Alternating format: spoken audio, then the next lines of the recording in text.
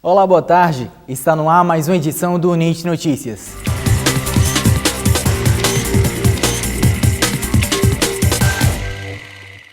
15 de novembro é o dia que marca a comemoração da Proclamação da República.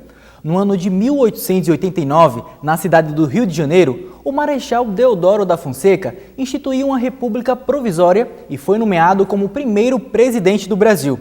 A partir daí, a monarquia teve fim e o país passou a ser governado por um presidente escolhido pelo povo. A proclamação da República é o tema da nossa entrevista especial de hoje.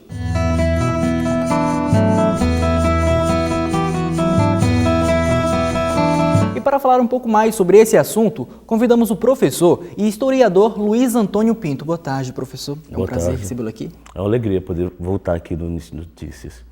Professor, vamos começar falando de que forma que ocorreu essa transição do período imperial para a proclamação da República? Foi um período muito tenso. A monarquia sofreu um forte desgaste, porque diferentes atores sociais começaram a se destacar, a questionar a própria monarquia. Membros do Partido Republicano, a Igreja Católica, o Exército.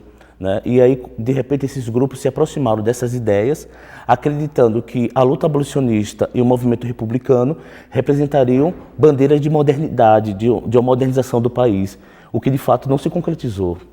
E o que a proclamação ela representou, tendo em conta todo o contexto da época?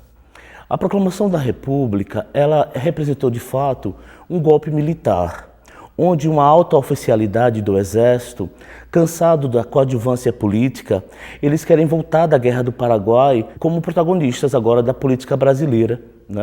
Quando eles vêm vitoriosos da Guerra do Paraguai, eles percebem que o Brasil é uma monarquia cercada de repúblicas, onde os militares da América Latina tinham mais destaques do que os brasileiros. E aí o Exército volta de lá vitorioso, começa a discutir sobre ideias positivistas, é um grupo que vai estar insatisfeitos, como a Igreja, como grupos que não concordavam com a abolição da escravatura.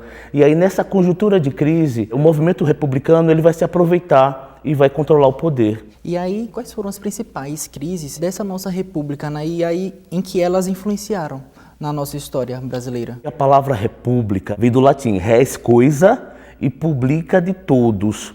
Só que a nossa república brasileira ela não foi muito bem de todos, para ser sincero. Tanto é que o nosso país ela convive com 7 constituições, seis do período republicano, que oscilou entre governos democráticos e ditaduras.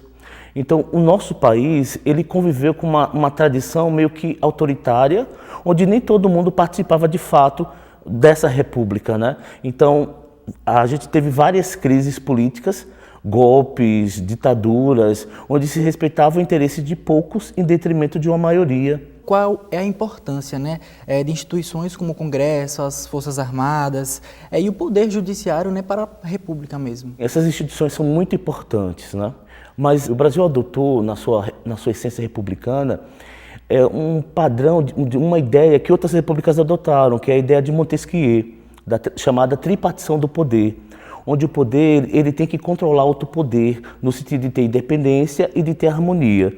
Então o executivo, o legislativo e o judiciário, eles em harmonia e independência, eles devem governar o nosso país.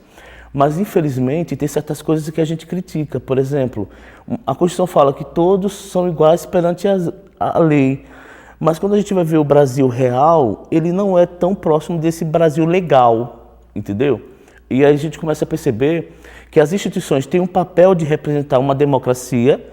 O Brasil é uma jovem democracia, se for comparada com outras, mas nós temos muito, mas muito a avançar ainda numa discussão de uma república de fato, de uma democracia de fato e de uma Constituição que tem que ser respeitada. Então podemos dizer que a nossa república hoje ela é consolidada, está consolidada? Ela ainda, infelizmente, ela tem coisas a ser debatido no âmbito do direito, no âmbito da sociedade civil e no âmbito das Forças Armadas, certo?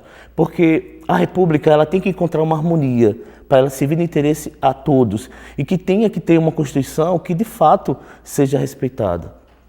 Professor, muito obrigado pela sua participação. É sempre uma alegria estar aqui compartilhando conhecimento e aprendendo com vocês também. O NIT Notícias fica por aqui. Um ótimo final de semana para você e até segunda.